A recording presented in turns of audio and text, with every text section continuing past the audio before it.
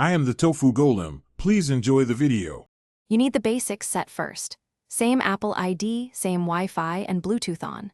Once done, unlock your iPhone and open Control Center. Swipe down from top right. Tap Screen Mirroring or AirPlay. This initiates device discovery. You do this immediately because AirPlay negotiates a secure channel between devices. While your iPad appears, make sure it's awake on the home screen so pairing completes. If prompted, allow connection on the iPad. This starts the mirroring handshake. Move to selecting the iPad next. Tap your iPad's name from the list. You'll see a connecting spinner.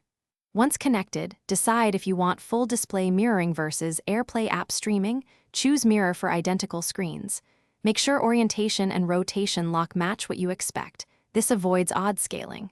Adjust iPhone volume or use the iPad controls for audio output. If latency appears, lower video quality by closing background apps. Remember, mirroring sends compressed frames over Wi-Fi, so a strong local network reduces lag and improves clarity.